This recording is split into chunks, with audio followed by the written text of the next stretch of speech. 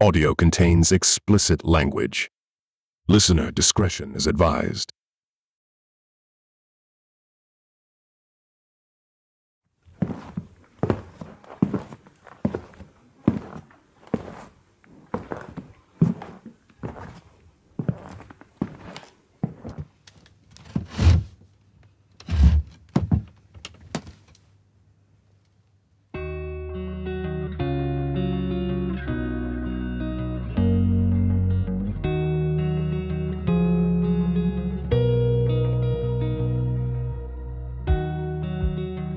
Well, hello there. I was going to script something, but I have to be real with you. I need to be as real as I possibly can because really I'm in a situation where I don't even really know who I am. I'm kind of begging for some semblance of life here. I really have gone through so many things, I've gone from realizing that what I lived before really shouldn't have been how I was living, and while I was doing great, I've completely collapsed at this point, and there's a lot to really dive into, and I plan to do that with this podcast. It's called Hope in the Ashes. It's going to be about all the things I've really come to realize and things that I try to think about. And while even to be honest right now, trying to do this intro, I've been spending time after time after time trying to get it right because really the biggest problem is I draw a blank at times. I'm trying to, I get on a good path and then I draw a blank. And it's just been really frustrating. But anyway, I really wanted to share with you that this is Hope in the Ashes. It's, realizing that I can be not just myself, but other people. We can all get through whatever we need to get through to get to the other side. I as much as I hope I'm not a babbling idiot to you, I'd like to believe that I have some semblance of an idea. Like I said, I've done podcasts before, and really in reality, I haven't done it in a while. I haven't really spoken to an audience. I've really been sheltered for a long time. I think I wrote it somewhere in the story that I'm about to tell, but I really feel like I'm a child. I don't really know half the time if what I'm doing is right or wrong, if what I'm saying is right or wrong. I know at times I stutter. At times I repeat the same things 5, 6, 7, 8 times in a row. I know at times I have a sense of what I want to say, but then it's just an orb of confusion afterwards, and you just don't even know what you want to say. So I'm left sitting here trying to hope that I'm gathering together some kind of an intro. I don't want to shower you with all of my insecurities, but that's what I hope to get through with this podcast, is to get through the things that I really want to show to the world that there is better out there. I thankfully and sadly, suicide is something that's prevalent, and too many people decide to do that. And thankfully for me, I've never really had that thought. I've always believed there is better out there. Even right now when I'm practically inside shivering. But, I really want to showcase what it's like to be like this, because I'm sure people are like this out there. There are people that are so sheltered and so whatever word I'm thinking of. But, there are so many people out there that are in the same place as I am that don't really know who they are or what they're doing, or, it's just, it's a lot to go through. So with the story I'm about to tell, it was really, and I should kind of get into the point of, Hope in the Ashes was really, it's the idea of what I started trying to write what I've gone through and who I am right now as a book. And I had all this year, I was trying to work on putting this book out there and trying to get my message across. But I really became, again, it's sort of the fears of, what I may be, or what I think other people have, someone else in my life has tried to make me feel like I am. I really became so insecure with it. I didn't even know if what I was writing was right. I didn't know if, I always could just picture, even now, it's like you hear all these voices of people saying, you're a piece of shit, you're this, you're that, you talk weird, you talk funny. Most people don't have such a empty sense of confidence. People walk around with some semblance of knowing who they really are. And I don't have any of that. I really have completely shuddered to the point where I just, I don't even know who I am half the time. But really what this story is meant to be is showcasing that amongst everything that I've done, I can hopefully escape what I've been through and have a better life. I want to start a better life for myself. There's so many things that I need to get better on that at times it gets to be much and you just don't even give a shit anymore. Just like, fuck it, whatever. It is what it is. But it's like, you can't be that way. And really, that's just the life I've lived. And I can't live that life anymore. With this podcast, I hope to really showcase the things that I really do think in my mind. Because for as much as I am in this sheltered state, there are things that I think about. There are things that I know I should be doing. It's just a matter of actually gaining the effort to do it. And there's a lot that I talk about in here. And I just wanted to preface the fact, too, of, like I just said, I really don't know. I don't have anybody in my life that has really been there to help guide me. I do deal with, an autism diagnosis. I have Asperger's syndrome. I talk about it in the beginning here, and you'll hear later on in the episode. But I just, I really don't even, beside that fact, I just don't even, this is just who I am. It's just who I am right now, and it's not who I want to be. I want to be better than that. And here and there's even a part of me is kind of hoping you can see to who I really am, and hopefully you can get through this whole story, let alone this episode. But it's just me.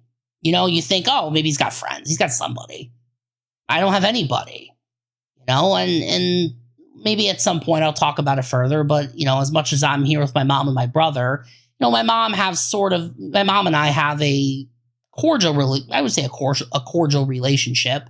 I think we get along, but there's certain things deep down that really prevent me from having a more tightly knit relationship. So it really just feels like it's me on my own. Like, as much as you'd want to think, oh, he's probably got a friend or two, or he's probably got somebody else, and he's probably got somebody. He's got his brother. I don't have any of that. I don't feel like I have any of that. Well, half of me wants to believe I choose myself to have it be that way. The other half of me argues that it's not that. There's deeper things to go about. So it's a Hail Mary. It is. It's just me throwing myself out there because I know I need to get back out there. I can't be so sheltered. I've been doing it for so long. Really, it's sometimes I fear it's a permanent hindrance of my life, but I hope for that not to be the case. I want to be better than that. So what you're about to hear is the whole manuscript that I have written. I will have the manuscript ready for it, but it's basically the whole story that I wanted to write and share with people. And I thought, with the glory of podcasts is that you could create an audioscape in a sense that, it can really immerse you into the story of what I've gone through. And it presents something that that writing just can't give you, at least in my eyes. I feel like reading it, you don't get the same thing as you can have by telling it. And it's a lot easier to share. Some people don't like reading. People would rather listen. It's all up to personal preference, I guess. But, this is my attempt again. Like I said, this is my attempt to get out into the world. And, I just really hope that you take something from this and really understand that there is better in this world. And, what I've been living through is not the way to live. I would even argue by definition, it really was a communist regime. I mean, we were all under one rule. We were all under one power. We all had to do whatever he said to do, he being my father. And we all lived under we all had to believe what he believed and said what he said and did what he wanted to do. And I think the biggest insecurity I have about it is feeling like I'm not who I should be, not just in his eyes, but in our collective world's eyes. And, and here I am again at 26 years old, just sitting here with no money, nothing. All the people, even all the kids I went to school with, all the people I went to school with are out living their lives, married, have a house, have some kind of job. And, here I am feeling like I'm living this life that half of me feels like I shouldn't be living and that I probably could just get out there. But then the other half of me knows that there's other problems deep down. It's not normal. So instead of stalling any further, This is the story that I was trying to write, and I'd like to share it with you. And this is what will start the podcast. And it's about, I wrote about 15. It's a prologue and then 15 chapters after it, I believe, if I remember correctly. I think it's a prologue and like 15 chapters afterwards. So I'd like to share this with you because I believe it would be important to show my story and show that there can be better. And there's a lot of things I talk about and things I wish to do with my life, and I want to start a new one. And later on, you'll talk about a lot of you'll hear me talk about a lot of some faithful aspects that I've learned in my life. And I never really was a religious person. I believe there is a God out there, and I kind of learned some things, and I kind of learned that the way I lived my life actually was as if there was a God, as if God himself was watching. And I really feel like that's what happened to me when what you're about to hear happened. So I believe I now have a calling for, the life I should be living. So I'm going to get into it. And this is the story, Hope in the Ashes. The podcast will be up on Fridays at 7 a.m. Eastern on Spotify, Apple Podcasts, wherever. There's probably going to be other places too, but basically wherever you get your podcasts. I know Spotify and Apple Podcasts is where it's going to be. I will have video versions up on YouTube as well as Rumble. If you're familiar with Rumble, you'll be able to find it over there. And I will have video versions of it that I will be proving. I will be showing evidence of all the things that my father had said to me, and and showing evidence to prove that my father is not somebody who you should ever have as a father. I mean, really, there's a lot of bad things with him that no one should ever be emanating in a family. I never wanted to be somebody who wasn't a part of a nuclear family anymore. I always wanted to have, like every other, I've always wanted the same things that every normal person wanted to have, a great family, great friends, and being able to feel like you had something to live for, and I had that. And with it all stripped away, you learn to live your life to the fullest. And, now I've basically thrown so many things away, and, half of me realizes it's me, but the other half of me realizes it's my father too. And I'll get into it. But again, like I said, this is the podcast, Hope in the Ashes, Fridays at 7 a.m. Eastern. I'm going to be putting them up on Spotify, Apple Podcasts, wherever you get your podcasts. I'm going to be eventually building that up. And if you have any, interesting places you want me to put it on, I have the website, www.hopeintheashes.com. It's www.hopeintheashes.com. But yeah, it'll be on the website. There'll be a contact section where you can fill out a form if you have anything you want to ask me. I mean, I want to have that door open to anybody who's willing to hear, wants to know more about me or, what I've gone through. And that door is always open if you have anything that you want to share there. And it would be appreciated. I will be starting up a paid subscription for anybody who wants to know more about or get extra podcast episodes. And it says it on there, but extra podcast episodes and maybe a say in what you want to hear me talk about. But it's something I should have really gotten more into. But that's what I hope to do is try to go into some of these topics that people that maybe aren't as spoken. I want to be somebody who can help on the social front of our country and our society and our world to help better understand what's right and what's not right. And, and I really want to be able to help the world understand where to be and where not to be, what to do and what not to do. So I really hope that you could bring us all back together, even including myself. I'm coming from nothing. But there will be a paid subscription up there, $5 a month, $45 a year. I will be doing a promo code for Election Day. It'll start it will be Monday. I'm going to start it $15 off the yearly subscription. It'll be at $30 a year. You'll get you'll get a bonus podcast episode each month, as well as a bunch of other stuff you can check out on there. I do have social media up as well on X and Instagram at HopeInTheAshes_. I'll be over there. You can check me out over there and on Facebook and all that stuff. But yeah, I really hope to help out other people and help myself as well. I'm really jumping into this. I want to jump in and have myself, have us all help each other out. I really wish I had somebody who could say, hey, you know what, let's get your ass going.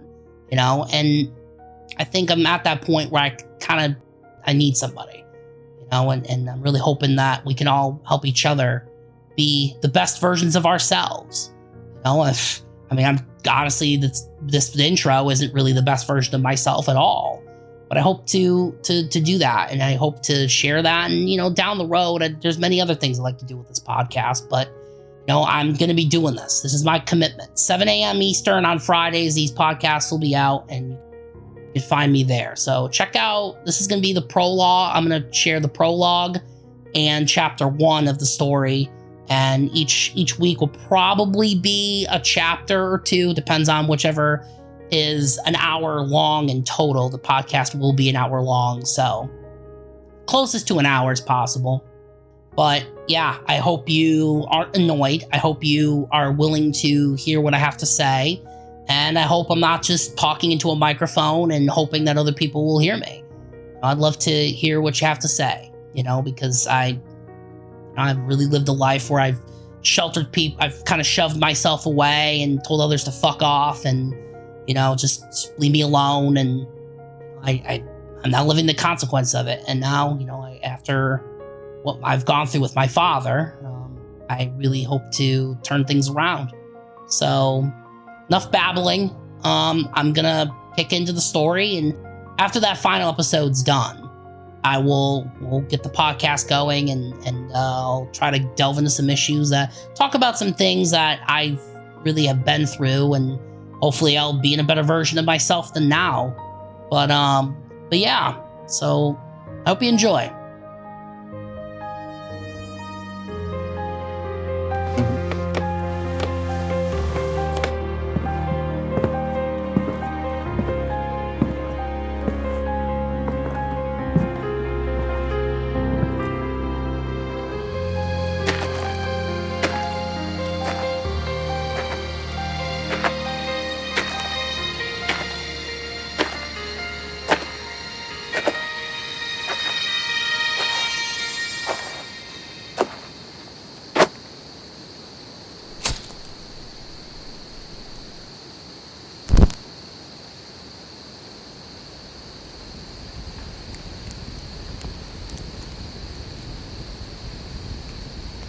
Hope in the Ashes. Healing Scars from the Past and Embracing the Promise of Tomorrow. By Sean Fay.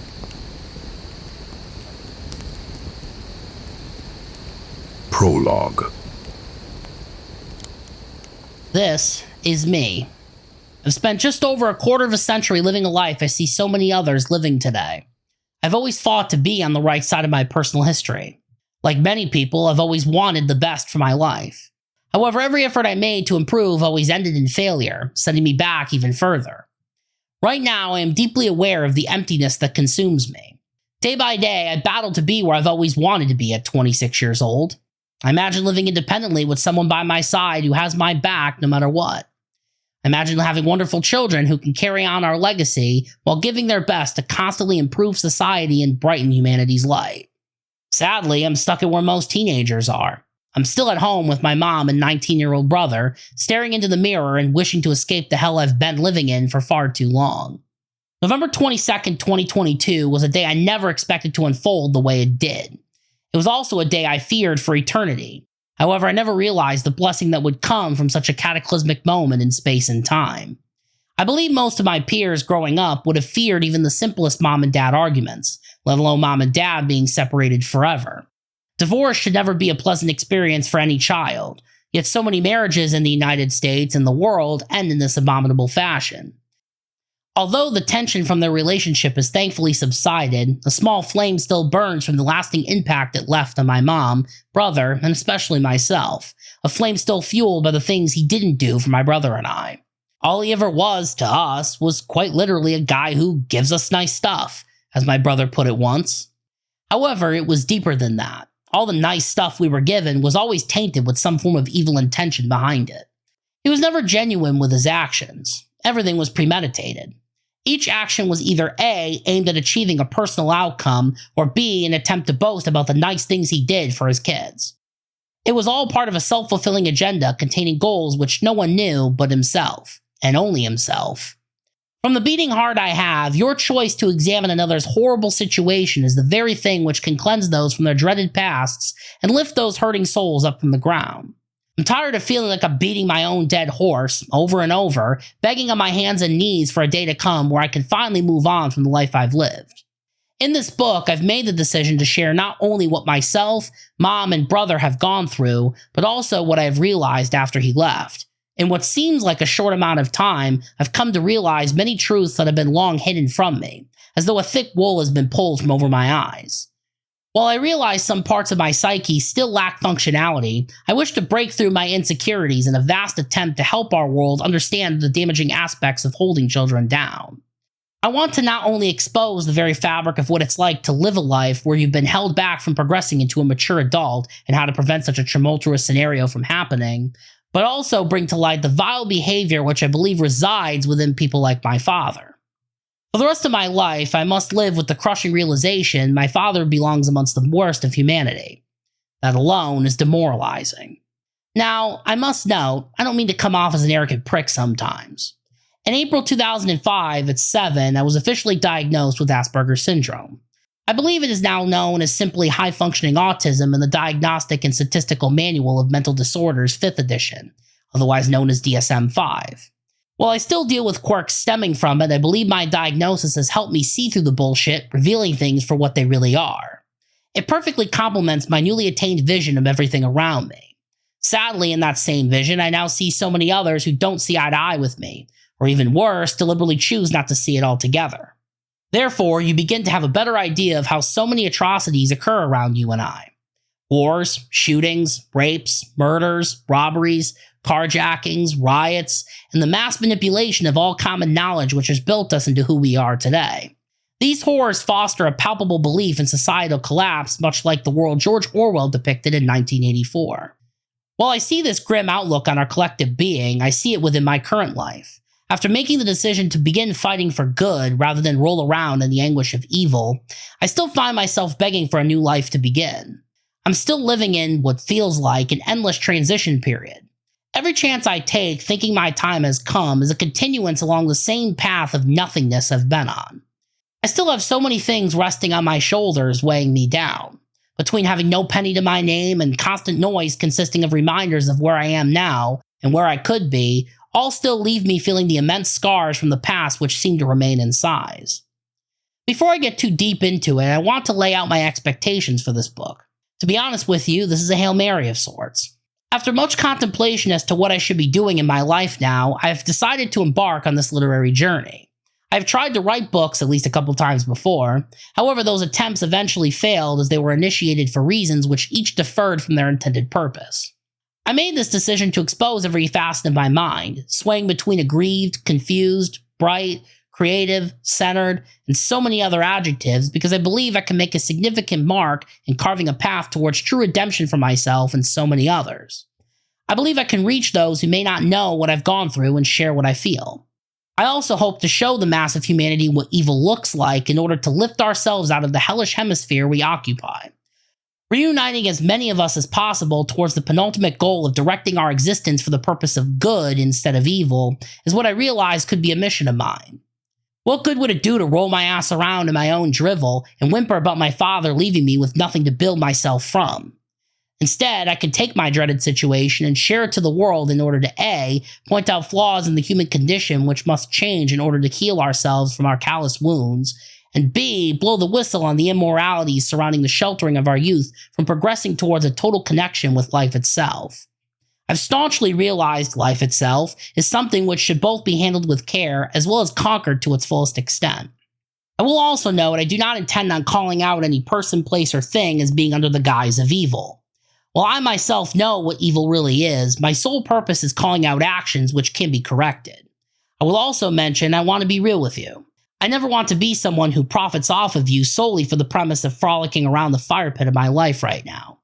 Granted, I will also utilize as much of the English language as possible. I will always do my best to provide constructive insights regardless of the age rating of the statements I make.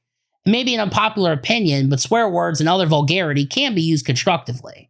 However, that still doesn't mean 3-year-old Tommy should be constantly shouting about mommy's snatch. Common sense exists and all should use it. It was used before and can be used today. As I've stated from the beginning, for better or worse, this is me. I've suffered an amount of trauma from all I've endured, whether I like to admit it or not. However, I do have some brighter moments. I'll talk about them in the latter half of this memoir. I want this book to stand the test of time as a memoir which showcases how a 26-year-old recluse-hurting soul analyzes the life he lived before, one which he sees so many others continuing to live, and presents a situation for how to enact a paradigm shift towards uniting humanity by way of companionship, camaraderie, and resistance from all vices around us. I've learned you can't eliminate evil. It will always exist. However, I hope to empower you to establish an understanding as well as a defense for whatever iterations of malevolence have manifested in your life. No, I'm not an expert, but what I now see around me causes myself and so many others to lose hope in resculpting our lives into something better than they once were. I want to show you that there is better in life. Opportunities are needed to see success. It obviously doesn't materialize out of thin air. I wish to provide an opportunity for others to see what's going on through my own personal lens to try to get us all on the same page. I'm making this venture more than just myself because I know so many others are hurting too. There are way too many cases of similar pain and abandonment out there to be silent for any longer. I can't continue to bitch, piss, and cry to the heavens above about being ready to change while expecting said change to magically appear. Like I said, this isn't just about me. It's us, fighting together hand in hand.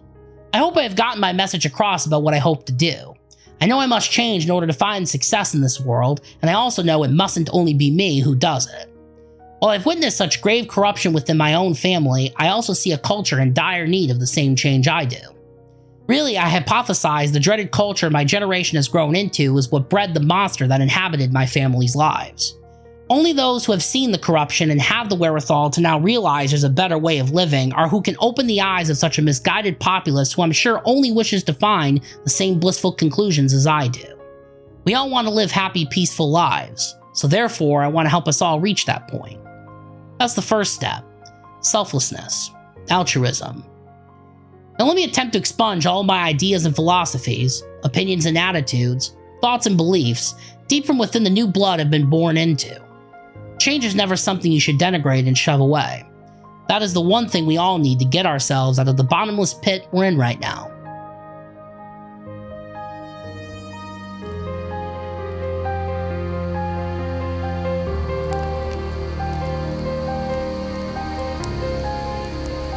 Part 1. What happened? Chapter 1. Lighting the match.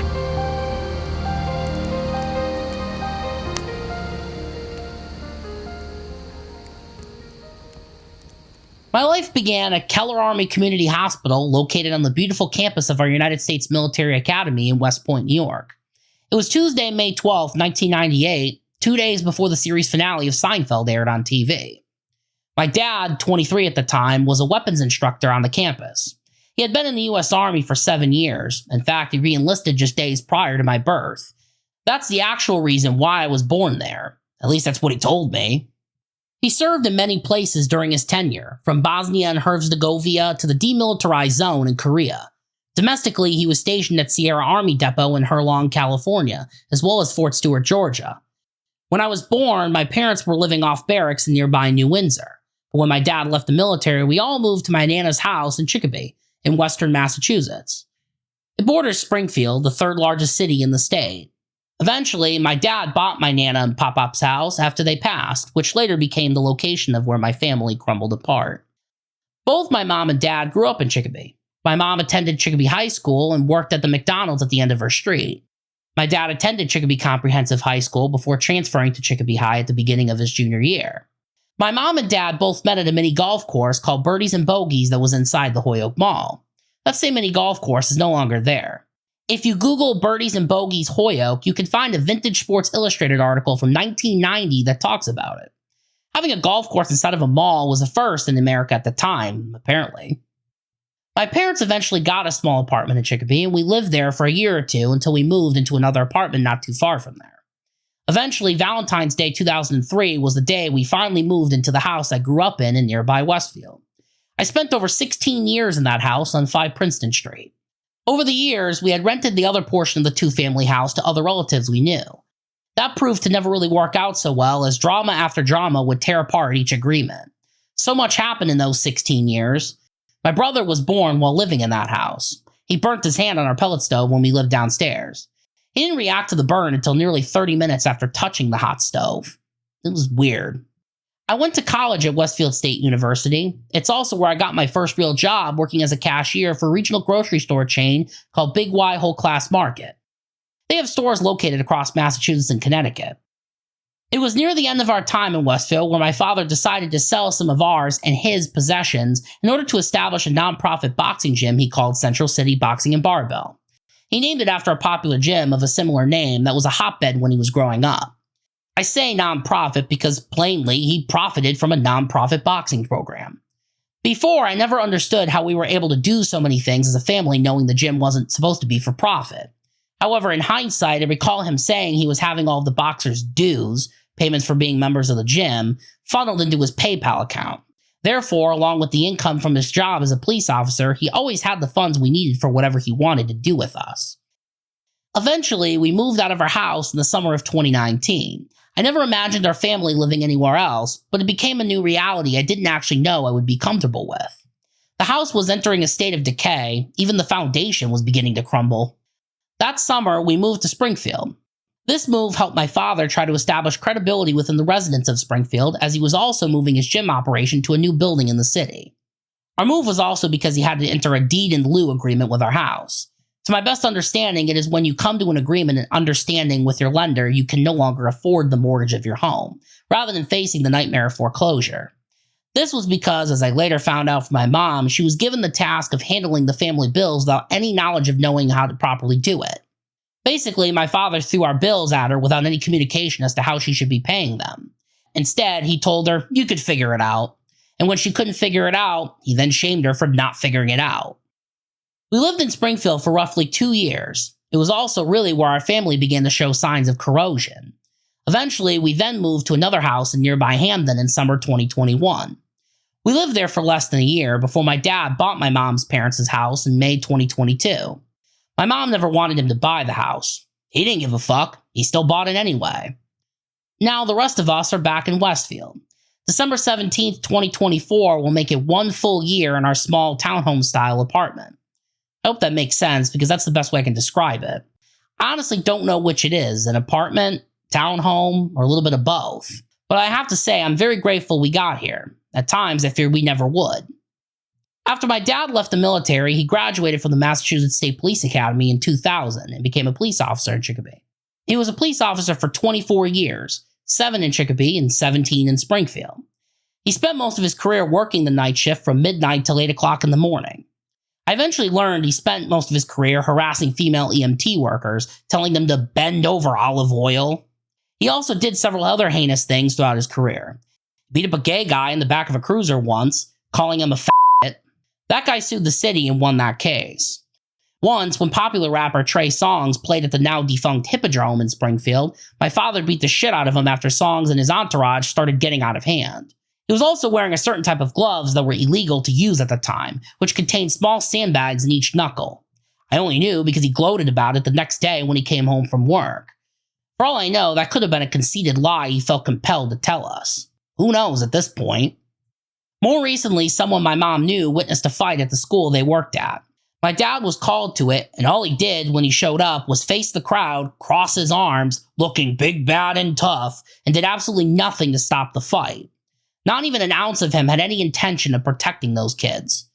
As we came to learn, whenever he gets a chance to show himself off to people, regardless of the mayhem around, he has to be the center of the show.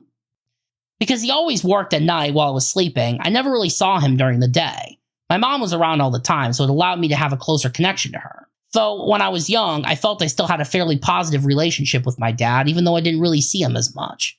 It didn't really bother me because I at least had the basic knowledge to know the job he worked provided for our family. Going back to February 2003, I began kindergarten 6 months after I had gotten comfortable with the environment around me. School began in late August and concluded in June. School was scary to me as I was perfectly content staying at home playing video and computer games, watching TV, and having a grand old time at home. It was this new place for me where I would be away from what I enjoyed at the time. Late August rolled around, and I became extremely anxious of what school could be like. I'll admit it wasn't just the connection I had with my lifestyle, but specifically the connection I had with my mom. Having to go to school was putting my connection with her and newly acquired at-home lifestyle in jeopardy. Consequently, the entire first week of elementary school resulted in me crying uncontrollably. I also screamed at the teacher and told her that my dad was going to arrest her. Yeah, I actually told my kindergarten teacher that. As you could tell, the separation anxiety was real. From the second week onward, my teacher was cool and enjoyed having me in class. There weren't any hard feelings regarding my first week of school meltdown. I did have an experience later on in first grade when I bonked one of my friends on the head with a toy hammer. I whacked him once on the top of his head because he was mean to another classmate. I was sent to the principal's office. The principal in Mosley Elementary School was a guy probably in his late 50s, early 60s. He was a heart-filled guy with the best of intentions, but when it came to kids acting like idiots, he literally gave no fucks whatsoever. He had no issue screaming at a kid and telling him or her to knock it off. I still hear his voice when I say, "Knock it off." Honestly, he was a principal many schools need today. Thankfully, I was let off the hook. I think he saw these were one-off incidences and gave me a benefit of the doubt. Maybe he knew something I didn't. As first grade emanated, I regularly attended the Carson Center for Children and Youth.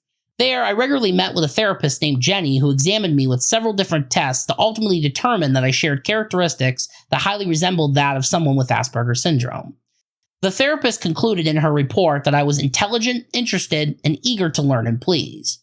Her report also revealed that I had a great difficulty with abstract thinking and understanding the nuances of the thoughts and feelings of others. At that particular time, I thought I was a perfectly content human being who was doing everything that normal people would do. While bouncing up and down on my bed, singing along to a copy of Now That's What I Call Music 19 and playing NBA Ballers on my PlayStation 2, I was having the time of my life.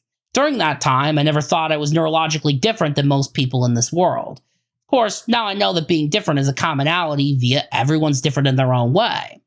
Back then, I thought bouncing on my bed, fucking up the box spring, singing out loud to Gorillaz' Feel Good Inc., Relient K's Be My Escape, and Three Doors Down's Let Me Go, all while making Kevin Garnett dunk a basketball over 7'2" Shaquille O'Neal, was what every 5 and 6-year-old would do. Not socializing, not hanging out with friends, not even having friends, just keeping to myself. Later on, I realized that wasn't quite the most superlative decision to make. Elementary school proved to be better for me. It was emotional graduating from 5th grade as I was one of the last 5th graders to graduate from Mosley.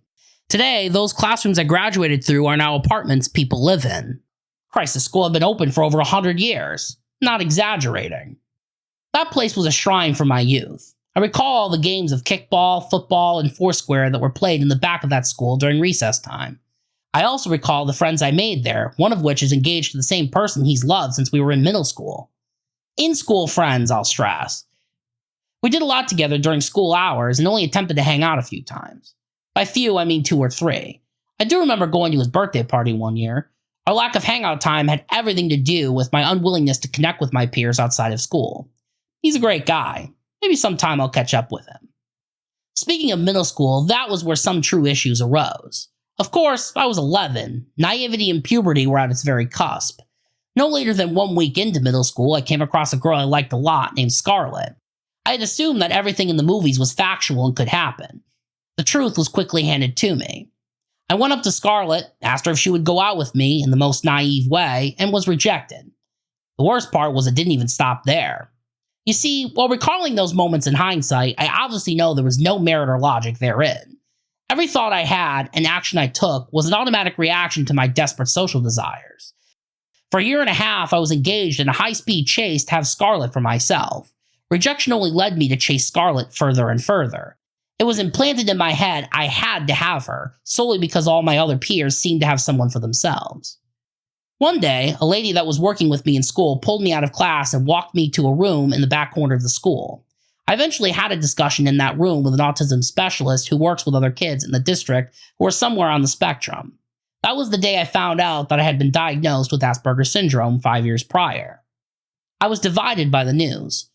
Autism was by far the biggest thing placed onto my plate, and I wasn't sure if I could handle not being like the other kids around me. At the same time, I finally began to recognize autism must have been the reason I was struggling to not have any sort of connection with anybody, including Scarlett. I grew to despise being unoriginal. I became infuriated as I began to think everything I ever wanted in this world wasn't going to come to me without constant strife. I wanted things to be easy, but autism was apparently going to make things much more difficult. I pushed even more towards Scarlett as 7th grade began. It got to such extreme lengths, like creepily staring at her through the doorway as I would walk by while class was in session. I even learned and memorized her every location throughout every period of every school day. I'm sure even you reading this book wouldn't be callous enough to do that. I was so desperate. I was eventually forced to talk with the principal about it, as Scarlett's parents were reasonably growing concerned about the issue. I guess the most shocking, thankful part about it was no criminal action was placed against me. Maybe autism had something to do with it? I don't know. But that was where I knew the Scarlett saga had to end. It took that talk with the principal for me to finally recognize what I was doing. From there, I made sure Scarlett was out of my vision. 8th grade proved to be just as hard as the previous 2 grades. It was also where I had my scared straight moment. I was sitting at lunch one day when a kid next to me asked me if I liked Italians. I responded that I did. He then asked me if I liked Puerto Ricans. I hesitated and responded that I did not. Let me be clear. That response I made back then is by no means a reflection of my thoughts today. Since my father was a police officer, he would often come home with stories from his previous night's work, domestic altercations, robberies, home invasions, etc. His stories from work occasionally involved Hispanic individuals, some Puerto Rican, as a perpetrator of a crime. Because I would hear about Puerto Ricans somehow being involved in the crime, I insensibly assumed Puerto Ricans were bad people. I eventually educated myself against that belief. Little did I know this would play a factor in what my father withheld from our family.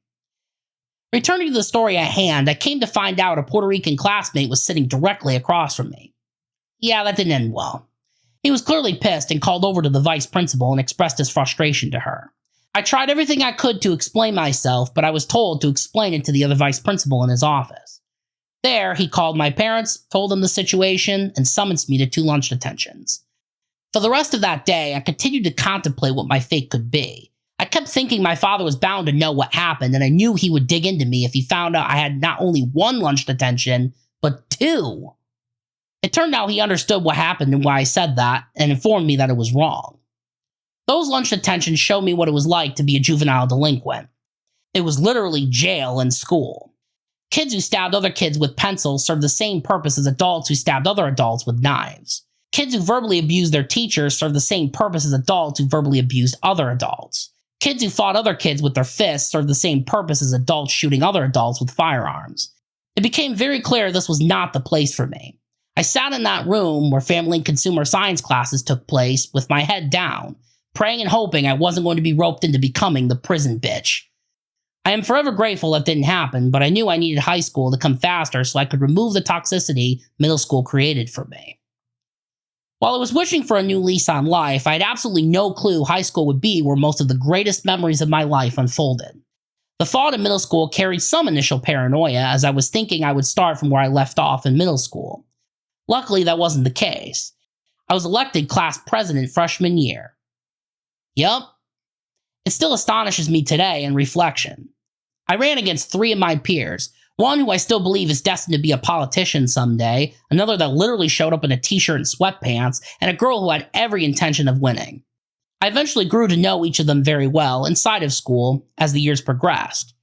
But miraculously, I beat a destined politician. Now I'm probably shitting my pants when I shouldn't be. I mean, it was high school. We weren't running to be the fucking president of the United States. Either way, being the class president for my freshman peers was symmetrically as important to me. I wasn't very happy about it being the only year I was the class president, as I ran every preceding year and lost. But I had bigger fish to fry. After serving as class president, I was involved with school affairs. I served on our school's parent-teacher-student organization, PTSO, for 2 years and assisted with the establishment of our school's Rachel's Challenge chapter, an organization created in the memory of Rachel Scott, who was killed in the 1999 Columbine High School shooting. I also played in my school's talent show 2 years in a row. I sang and played guitar both times, Breaking Benjamin's Breath junior year and Stain's Outside senior year. Wedged in the middle of all the success still were the social struggles of the past. While I got along with everyone, there was still no effort made to hang out with anyone outside of school. It seemed as if I treated school like work. I went to school, went to my classes, talked with my peers, the bell would ring, and I would go home. I was still keeping to myself after school hours. As time was flying by, I was realizing my social life was a huge bore. There was no action, excitement, or even contentment. For that reason, I decided junior year to set back on my search to find someone to connect with. One of the classes I began junior year with was financial literacy. I had financial literacy class with a girl I had known since middle school named Gianna. I got to know Gianna towards the latter half of 6th grade below my egregious obsession for Scarlet. With the exception of a minor bump we had back then, we ended up connecting really well throughout the ending of middle school and so forth. Gianna sat a couple seats over from where I sat in financial literacy. Because of that, I got the chance to chat with her and the other peers we sat with. As the semester drew on, I began to feel drawn to Gianna. Our light conversations often made me feel a sense of euphoria. I became addicted to the rush of joy I would get by simply talking to her and hanging out with her during the lulls of class time. It felt as if being given attention for even the slightest moment allowed me to forget the developmental struggles I maintained. It grew to me texting her outside of school more than once a week. It then grew to once a day. She would often respond to my texts as we had some pretty nice conversations. The problem was there was no further development in the relationship. With these texting sessions, I clearly lacked an understanding of personal space. I became increasingly addicted to the gratification achieved from conferring with her. I knew Gianna had a boyfriend of a couple years. I knew who he was. They seemed to have a strong relationship with each other. Because of her boyfriend and the sports she played on top of that, she didn't always want to talk to me because she was occupied with those activities. Or at least that's what I speculated. My overflowing desire to keep my relationship with Gianna alive led me to a point where my text messages were not receiving any responses. Those unanswered texts left me begging for more. Thereafter, I began to notice Gianna acting differently in class. She seemed cold and unwilling to talk to me, or even look at me. The stupid part is I didn't see to that response. Nothing connected in my head telling me something was wrong. Henceforth, I continued texting her once a day without giving any fucks whatsoever. She continued not to respond to those texts. Sooner or later, I was painfully desperate to talk to Gianna. After I texted her one day, I proceeded to send her a Facebook message later that night, asking her if she had gotten my text. The text simply read, "Hi Gianna, how was your day?" This was probably the millionth time I had texted her that during the whole school year. Yeah, that was followed up with a ginormous bombshell dropped on me.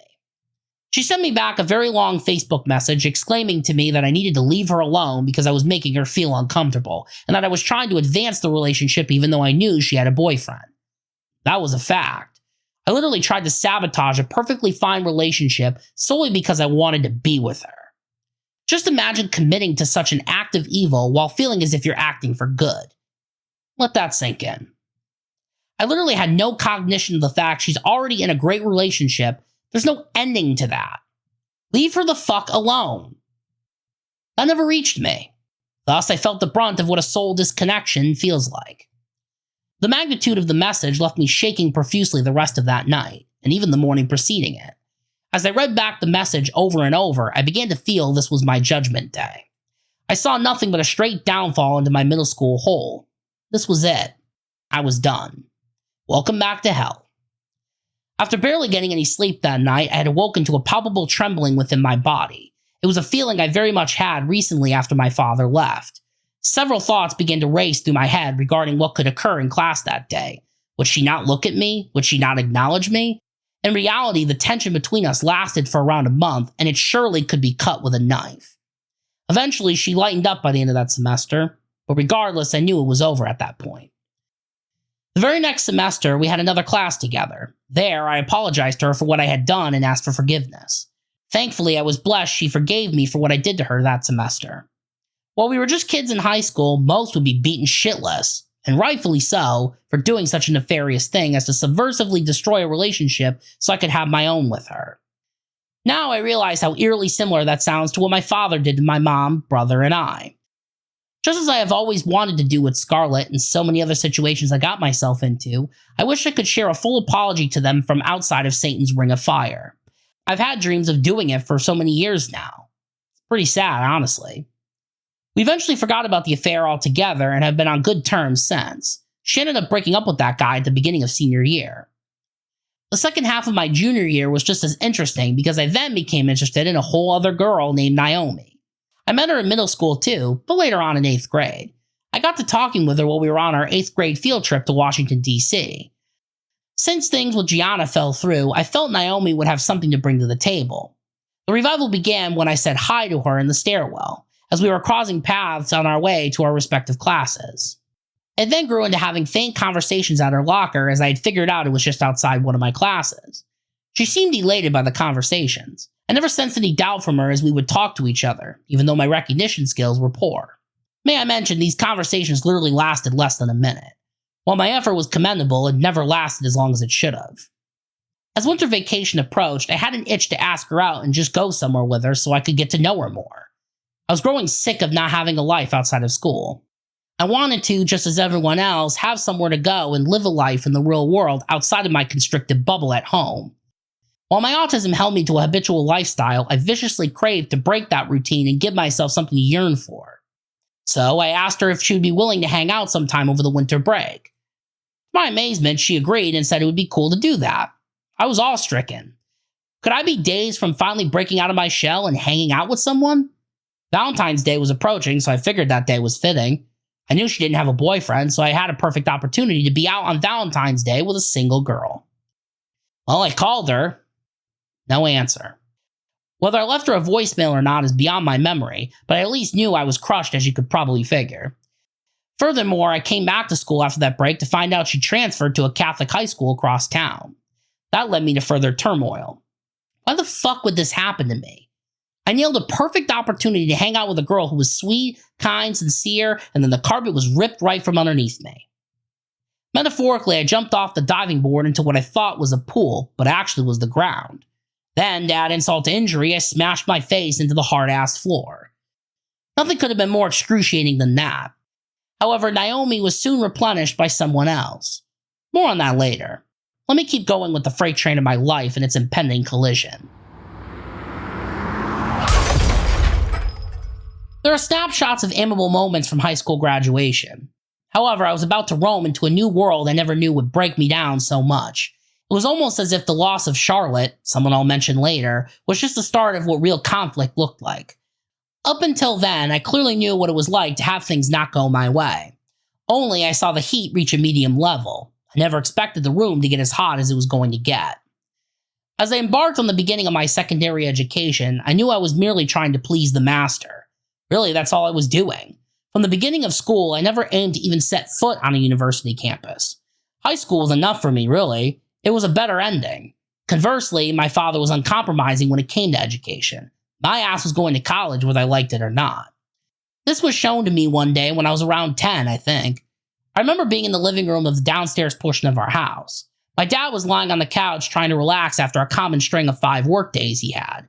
It was approaching bedtime for me. I believe maybe a scene from a movie appeared on TV of someone in college, I don't know. But I remember him asking me this preeminent question. "You're going to college when you grow up, right?" he asked. "Actually, no," I responded after a brief pause. "What do you mean, no?" he barked back. "After high school, I really don't want to go to college." "I don't care what you think," he countered. "Education is power, like I've always told you. I'm not going to let you become some fucking loser pissing his life away on the side of the street. Whether you like it or not, you will go to college." Yeah, that's how a roughly 35-year-old man responded to his son at such a young age. That's just how things went in the Fay household. He was the overlord we all had to bow to. Kiss his feet, bow to our knees, whatever it needed to be. He came before any of us did. As the post-secondary clock was ticking closer, I was beginning to ponder my life outside of school. Not career-wise, but my father and I's relationship. All those years ago, I told him I wouldn't entertain the idea of college, point blank. However, by this point, I felt I would view what the seemingly obvious outcome of that decision would render.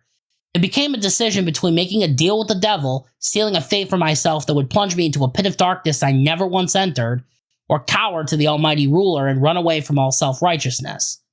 Do I prioritize myself or my father? I inevitably decided the latter. Again, it seemed so obvious to believe going against my dad's wishes would have no chance of redemption to it. On top of that, I had no recognition there was a pathway towards showing him a possibly better outcome. I just assumed I had to do what my parents say, as any good child would. That was my thing. I mostly tried to be an orderly, well-behaved kid in school. Sure, I had my ventures which led me down paths of understanding on their own, Relatively speaking, I was never the kid looking to bully the weakest fucker in my class. I was that weak fucker. That wouldn't make any sense. Therefore, I felt I had to say yes to a 4-year degree I never wanted. But I also thought it could be a great opportunity to get him into a position of optimism rather than cynicism. Maybe he'll finally show some happiness and contentment with something I've done, whether I wanted to do it or not. Maybe I'll actually do much better than I thought I would and turn this into a win-win for the both of us. I always wanted to do stuff with music anyways.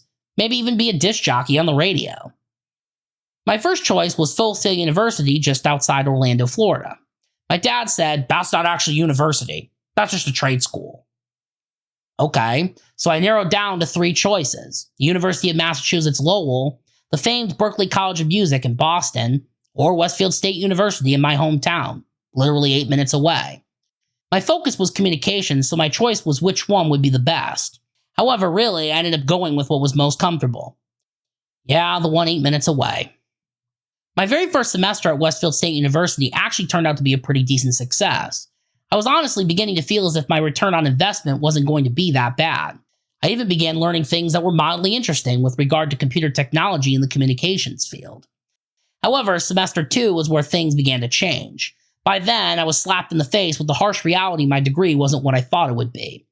See, my goal for communications was to learn more about the radio industry and concepts that would lead me into a radio gig.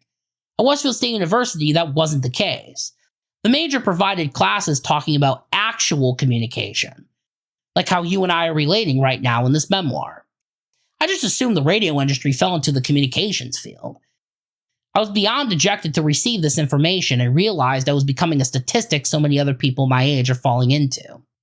This degree would hold no merit to me. I was basically sleepwalking into a field I had no interest in. On top of that, I would be setting myself up to have over $30,000 of student loan debt sitting there for whenever the hell I could get around to finally paying it off. This was where all my fucks to give about college were lost. At this rate, I didn't just enter a field I had no interest in, I didn't even want this shit in the first place. I'm just wasting precious time I could be spending on other things that would actually lead me on a better path. At least somewhere like Full Sail University would have been up my alley, even Berkeley or Connecticut School of Broadcasting. That's radio at least. But here I am, just wasting time, money, and sanity.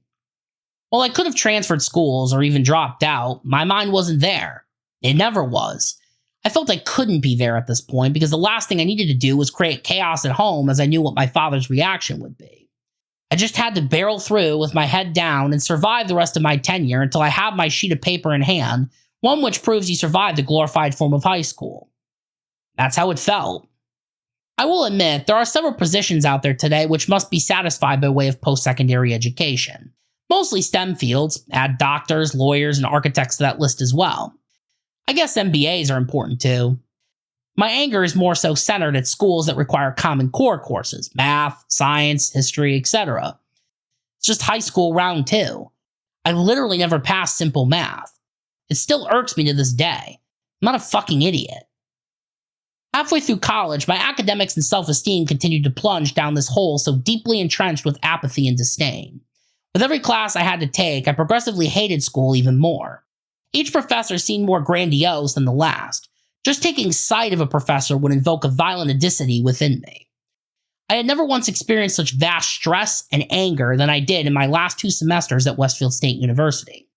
To this day, I continue to vow to never set foot on that campus ever again. Really, it was the sheer pomp and circumstance that did it for me. Thrown into it was the culture on that campus holding a potent sense of entitlement. Such a feeling emanated within me of all these fuckers who are similar in age as I, having mommy and daddy fund every penny of their education while superficiously pissing it all away with constant parties every weekend, putting on a dog and pony show as if they're really looking to become the embodiment of their respective fields they wish to enter. I guess to put it in more simple terms, I was the stereotypical emo kid who loathed everyone around him, just without the garb. I know I didn't fit in the sea of pretentious academia. This wasn't me. It was never supposed to be. But as much as dropping out should have been on the table, I had a firm vision of what the outcome of that decision would hold. Therefore, I made my bed and I now needed to sleep in it, even if the nightmare were to rage on. And that it did.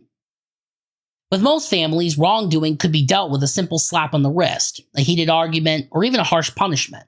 But to me, I never saw there being any other outcome than unmitigated contempt. It wouldn't be solely "you're grounded." I would be at the verge of, you're a fucking failing piece of shit, you should be fucking ashamed of yourself.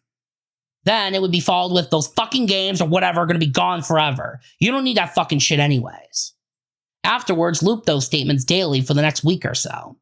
Even worse, I would fear hearing the sentence no child wants to hear, regardless of the attitude you present. Pack your shit and get the fuck out. Thankfully, I never heard those words uttered. There was never honey with him. Not even vinegar. It was always an inferno, no exceptions. Peace or destruction. Imagine if World War II happened in a day and then proceeded to be erased from existence the next day. Wars obviously can never be erased from human memory after they occur, but evidently my father believed they could be. His consistently inconsistent behavior, a term coined by my wonderful previous therapist James, has led me to be the exorbitant conflict avoidant I still am today. Simple arguments have to be dodged at all costs because of my fear of that dreaded possibility of being given the boot, especially when knowing you were right all along. Up to this point, I was doing one hell of a job managing the task of keeping my college failing to myself. No one else knew what was really going on. But when I was forced to deal with the consequences of my academic delinquency at the end of that year, I felt a grave sense of fear I never had before. It was the end of sophomore year. We were upstairs this time, and downstairs was vacant. I knew if I hadn't begun to turn my grades around, I would risk losing the financial aid package I obtained every school year. That was what my higher education hinged on, really. With the money my dad was making, which wasn't much, hell would be to pay if I were to let that wash away. We absolutely couldn't afford to pay out of pocket for the education. Or at least that's what I was led to believe. Who the fuck knows? Maybe he had money hiding none of us knew about. I digress. Shortly after class ended, I received the email I never wanted to. I had finally lost my eligibility for financial aid.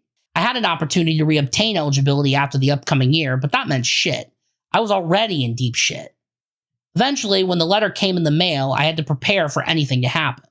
I was so overwhelmed with the possibilities, I couldn't settle on one outcome to predict. However, I did believe being kicked out was highly unlikely on the list. At least my father always claimed he would never do that to me. But even then, I didn't know. I never knew if anything could ever be certain. My dad was sleeping, however my mom was awake and went down to get the mail. "What's this?" she asked after coming up the stairs. "I don't know," I said after a brief pause. "This better not be what I think this is." "All right, I'll be honest," I said. "I lost the financial aid." "What? I thought you were doing fine this whole time." I was, but then I kind of slipped up recently, I guess. "Your father's going to kill you when he finds out about this. You know that, right?" "Yes, I know," I responded. With my head low, I walked back to my room and shut the door. Now that Mom knew of my tarnished academic standing, anguish began to flood me. It was enough pain for me to know she knew what had been happening over the previous couple of years, but that was only the cusp of it. Dad still had to know. He was all I truly needed to dread. Eventually, I heard him roll out of bed and open his door. His feet heavy, marched his way to the bathroom to take a piss. Thankfully for me, since my mom held the same fear of what would be shortly coming, she held out telling him for as long as she could. However, she knew he had to know as soon as possible. We both knew that. Nevertheless, we tore off the Band-Aid. "I got this letter in the mail from Sean's school," I heard her say from my room. "What for?" he asked. "Well, I think he lost his financial aid." "The fuck are you talking about? Sean!" "What?" I yelled at him. "Get over here." This was always a moment where my gut would sink to the lowest part of my body. Whatever life-ending adjective you choose to use, this was it. I got up from my desk, opened the door, and walked into the living room to learn my fate. "Your mother said you lost your financial aid at school. Is that true?" "Yes," I said, bracing for impact. "Are you fucking kidding me? Do you not know how much this shit costs just to keep your ass in there?" "No, I don't." "What have I always told you from the beginning?" he asked. "Education is power?" "Yes," he retorted. "You need to keep your ass focused on school and nothing else. Instead, now you're fucking around and pissing your life away." "Babe, no, I'm not gonna fucking let him just piss his life away. That's not going to happen." "I'm not pissing my life away," I shouted. "Yeah, then what the fuck are you doing?" I was beginning to build a defense against him. Something clicked in me to begin firing back instead of staying quiet, tail tied between my legs. I needed to begin showing him some kind of resistance if I ever wanted to make it anywhere in life. While my attempts were lackluster to start, I was marking the beginning of a slow build-up lasting years of development with regard to finding him back. I was just trying my best, I mustered. Your best? This is your best? Are you fucking kidding me? Can you stop berating him? My mom cried out. No, I'm not going to baby him like you always fucking do. He's 17 fucking years old. I never baby him, she countered. Yes, you do. Every fucking time he does something, you have to always be right there to fucking save him. She never babies me, I shouted. All right, Mom interjected. Regardless, it doesn't matter. What are we going to do about this federal aid? Is there some way you can be reinstated or something like that? I think if I get a GPA around 2.5 the next semester, they'll reinstate me. Okay, well, you need to get some help from the Bonacco Center so you can get your grades up and get this money back. Okay, I acknowledged. We love you and we always want what's best for you, but you need to communicate with us and let us know if you ever have any trouble, okay? Yes, I said morosely. At this point, I went back to my room. This would be the battlefield I would begin to fight on for so long until the very end of our unstable family. I could never grow to enjoy it, as no one ever should. But I began to understand that day I could no longer take the blows left and right. I had to begin to defend myself if I was going to get anywhere with him. Little did I know, I would eventually learn I was beginning to engage in battles I would never win. The very next day, I did something unthinkable at the time. After feeling the immense guilt for what had transpired the previous day, I noticed I had a feeling to apologize for raising my voice at him. Looking back on it now, it wouldn't make any sense for me to have that feeling. But as I noted before, I was still stuck in a goody two-shoes delirium. At that point, I felt I made a tragic mistake by yelling back to my father, very much to the extent a 9-year-old would. So when he was walking past my room, I opened my door and initiated an apology. What? He barked after seeing me. I just wanted to say I'm sorry for yelling at you yesterday, and I'm sorry for losing the financial aid. Whatever, he replied after a pause. It's a new day. Then I was remarkably pleased with his response. Now I recognize how cowardly it is to merely push away a blatant emotional assault as one he directed the previous day. At the end of that semester, I did manage to get my GPA high enough to get my financial aid package back. Did I ever get any thank you from him? No. Like he told me when I apologized, it's a new day. That was always his mantra. Berate others, then pretend like it never happened afterwards. Start shit without the burden of responsibility. With the exception of my very first semester, college was a consistent decline. Not going up, no stagnation, just a free fall. Senior year was truly where all fucks were lost. My bar went so low, I even copied a person's paper even after I told her I wouldn't. She was not her best mentally, if I remember correctly, so my grave atrocity basically caused her to have a mental breakdown. Rightfully so. I wish I could recall the event better, but maybe that's for the better. I do recall it being the earliest signs of evil within me. I didn't care at all. If it meant I would have to take a fellow classmate's paper, edit it, and submit it as my own, then so fucking be it. I definitely paid a substantial consequence for my omission of dignity. I have forever wished I could apologize for what I have done, even if an apology may never do justice for what I did to her. If so, I completely understand.